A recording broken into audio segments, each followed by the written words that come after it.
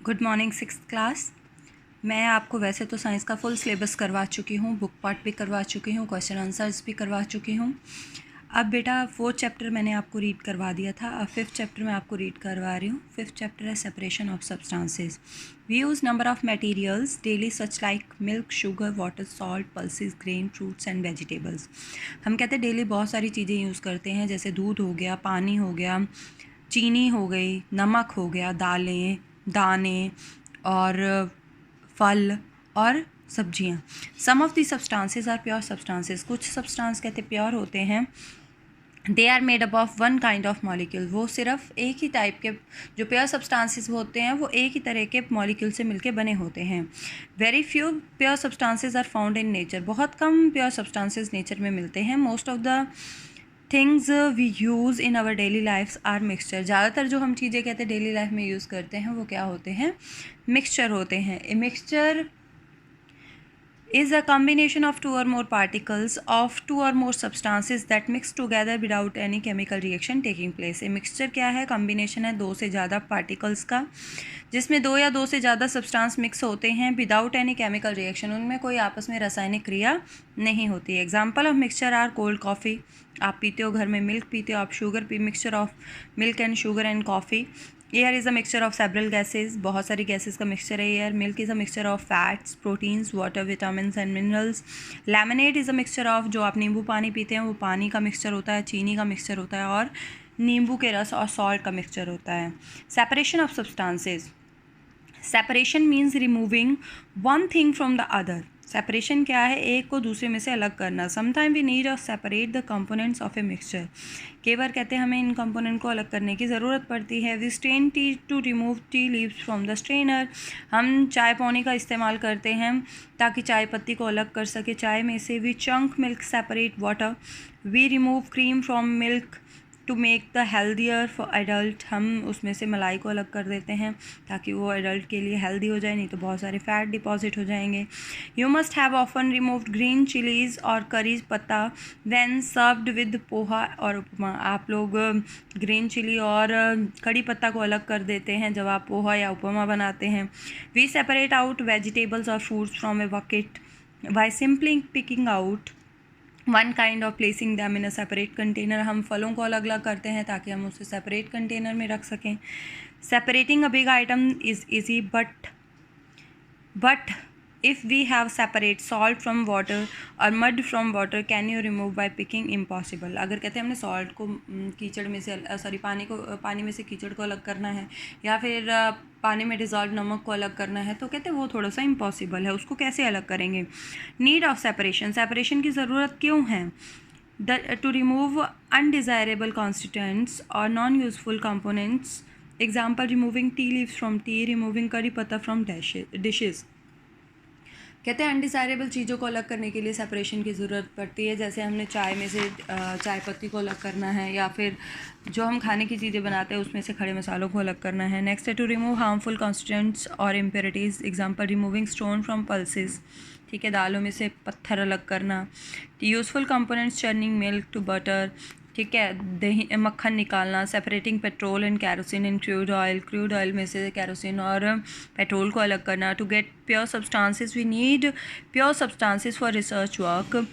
To manufacturing large number of articles which are used every day. तो बहुत सारे नए आर्टिकल बनाने के लिए हमें प्योर सब्सटेंस की ज़रूरत होती है, इसीलिए हम चीज़ों को अलग करते हैं। Method of separation. The separation of component from a mixture is carried out on the principle that each component has a unique property which is not shared by any other components. Various methods are used for separating the components of a mixture. Let us study some commonly used method. कहते हैं बहुत सारे method use किए जाते हैं separation के लिए, तो कुछ मेथड हैं सेपरेशन के जो मैं आपको पढ़ाने जा रही हूँ। सबसे पहला हैंड पिकिंग मेथड। आप घरों में हैंड पिकिंग मेथड यूज़ करते हैं। दालों में से पत्थर निकालते हैं, चावल में से पत्थर निकालते हो, और जो दाने होते हैं गेहूं के दाने उसमें से पत्थर और पता नहीं क्या क्या निकालते हैं, उस मेथड को बोलते हैं hand picking method. This method is commonly used for home separating undesirable substances from the useful ones. ये घरों में यूज़ किया जाता है अनवांटेड चीज़ें निकालने के लिए। This is possible because the size, shape and colour undesirable substances is different. ऐसा इसीलिए पॉसिबल होता है क्योंकि पत्थर और जो मिट्टी होते हैं और जितनी भी अनडिज़ायरेबल चीज़ें होती हैं उनका साइज़ जो है वो जो मेन हमारे ग्रेन्स हैं उनसे अलग होता है। The quality impurities is not very large, the quantity of impurities is not very large. जो इम्प्योरिटीज़ होती है कहते हैं वो बहुत ज़्यादा नहीं होती हैं। Removing impurities like PCs of dart, stones, husk from wheat, rice and pulses by hand picking. तो हम इन सब चीज़ों को कहते हैं हैंड पिकिंग मेथड से अलग कर सकते हैं। This is the simplest method of separation, सबसे सिंपल मेथड है सेपरेशन का। नेक्स्ट है सीविंग। सीविंग बोलते हैं, सीव बोलते हैं छाननी को। सीविंग होता है छान कर किसी चीज़ को अलग करना। आप घरों में कौन कौन सी चीज़ें सीविंग से अलग करते हो? जैसे आप बेसन छानते हो, आप आटा छानते हो, आप मैदा छानते हो, आप जितने भी आटे की तरह प्रोडक्ट होते हैं उनको आप छन्नी से साफ़ करते हो। आप सूजी को छानते हो, आप और भी बहुत सारी चीज़ें हैं जिनको आप छन्नी से अलग करते हो। तो sieving method is a very important method of separation we used in our daily life. You must have often see your mother sieving आटा before making चपाती। चपाती बनाने से पहले माता क्या करती है, आपकी मम्मी क्या करती है, आटे को छानती है। She does the remove the bran and other impurities present in आटा। वो आटे में से बूरे को अलग करने के लिए उसे छानती है। We use this method separate constituent of a mixture having particles of different size। तो डिफरेंट साइज़ के पार्टिकल को हम सीविंग से अलग कर सकते हैं। द फाइन पार्टिकल्स ऑफ आटा pass through the सीव while the bran remain in the सीव। ठीक है, जो मोटी चीज़ें होंगी वो सीव के ऊपर रह जाएंगी और जो पतली चीज़ें होंगी वो नीचे निकल जाएंगी। You must have seen the sieving being used to construction site to remove the pebbles from sand. और रेते में से बजरी को अलग करने के लिए भी हम सीविंग का यूज़ करते हैं। आप लोगों ने देखा होगा कंस्ट्रक्शन साइट्स पे ये सारी चीज़ें नोटिस की होंगी। नेक्स्ट है मिक्स लिटिल बेसन विद आटा। कैन यू अगर हम आटे में बेसन मिक्स कर दें तो उसको सेपरेट करना मुश्किल हो जाएगा। उसको हम सीविंग मेथड से यूज़ अलग नहीं कर सकते। हाँ, अगर बेसन का साइज़ थोड़ा सा आटे का साइज़ थोड़ा बड़ा है तो उसको अलग किया जा सकता है, अदर देन हम उसको अलग नहीं कर सकते। नेक्स्ट है थ्रेशिंग। थ्रेशिंग तो आप लोगों ने बेटा सब ने सुना है, थ्रेशिंग करते हैं आप लोग घर जो गेहूं वगैरह काटते हैं आजकल तो डायरेक्ट थ्रेशर में डालते हैं, उसमें से ग्रेन अलग हो जाते हैं और हस्क अलग हो जाता है। This method is known as threshing. The grains are separated from stalk by a process called threshing. This is done by beating the stalk on a hard surface. या तो पुराने ज़माने में क्या करते थे, गेहूं के पूरे वो बड़े बड़े से रोल लेते थे, उनको जोर जोर से पटकते थे पत्थर के ऊपर, तो वो ग्रेन्स अलग हो जाते थे। बट आजकल के ज़माने में तो मशीनें यूज़ हो रही हैं इन सब चीज़ों को अलग करने के लिए, जिसको आप थ्रेशर बोलते हो। नेक्स्ट है winnowing. Winnowing method is a very important method and very old method. बहुत पुराना मेथड है जिसको लोग यूज़ करते थे। आपने देखा होगा घरों में आजकल भी मम्मियाँ यूज़ करते हैं।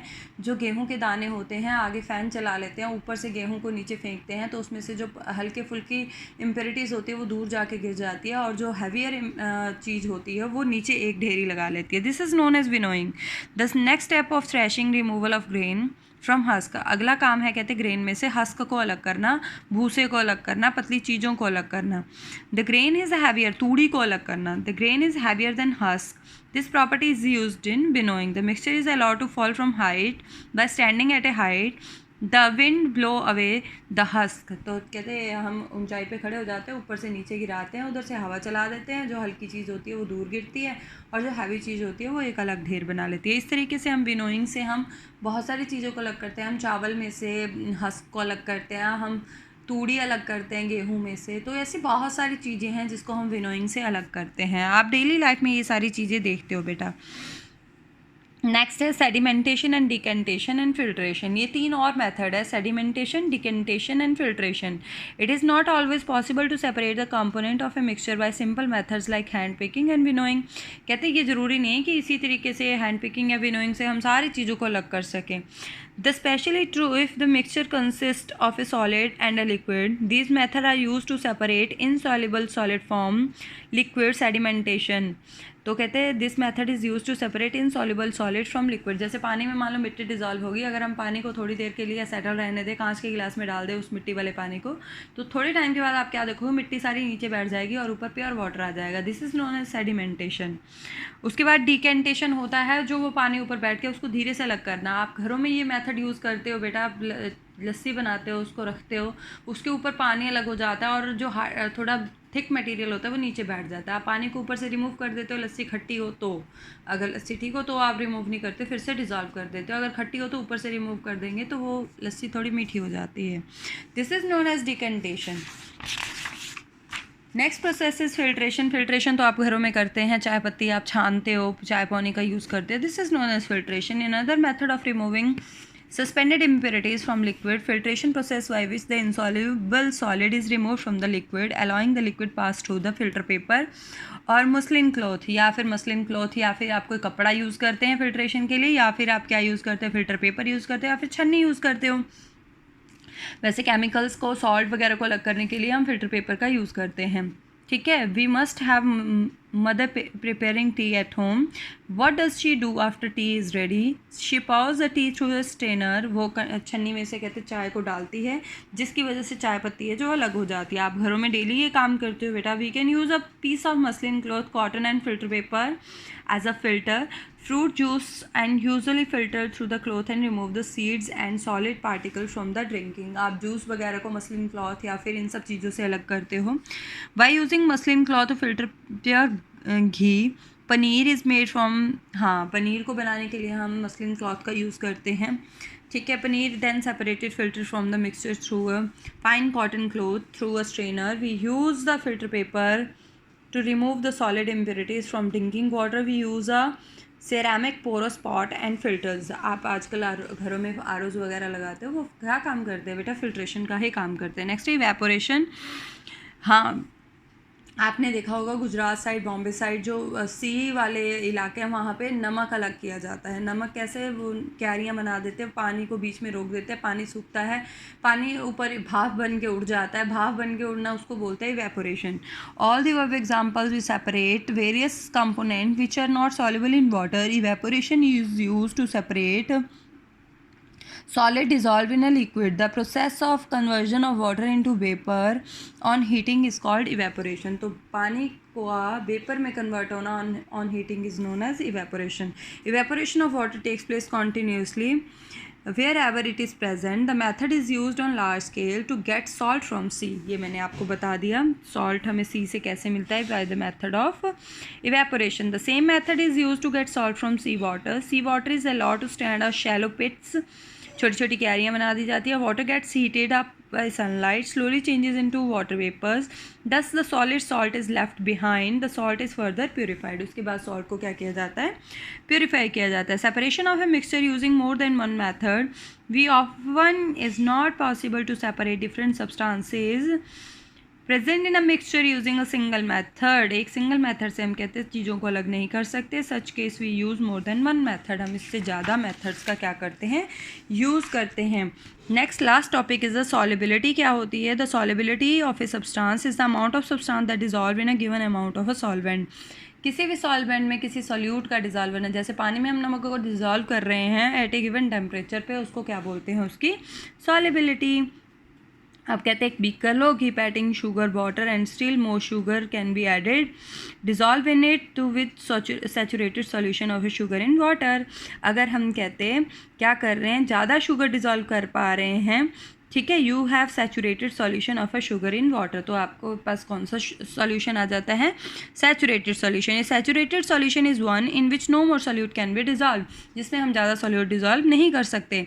However if you now heat that beaker of a solution state and you will also add more sugar and can be dissolved, this is known as unsaturated solution, जिसमें upon heating हम और ज़्यादा solute को add कर सकते हैं और dissolve कर सकते हैं, उसको unsaturated बोलते हैं। जिसमें no more solute can be added or dissolved is known as saturated solution। तो बेटा ये आपका फुल चैप्टर आज हो गया। आई होप आपको अच्छे से चैप्टर समझ में आया होगा।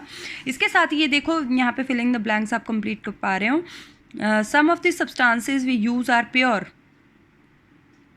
सब्सटेंसेज। जो सब्सटेंसेज कहते हैं हम यूज़ करते हैं वो कौन से सब्सटेंसेज होते हैं? Pure substances. A sieve is like a net mesh which has hold some same size.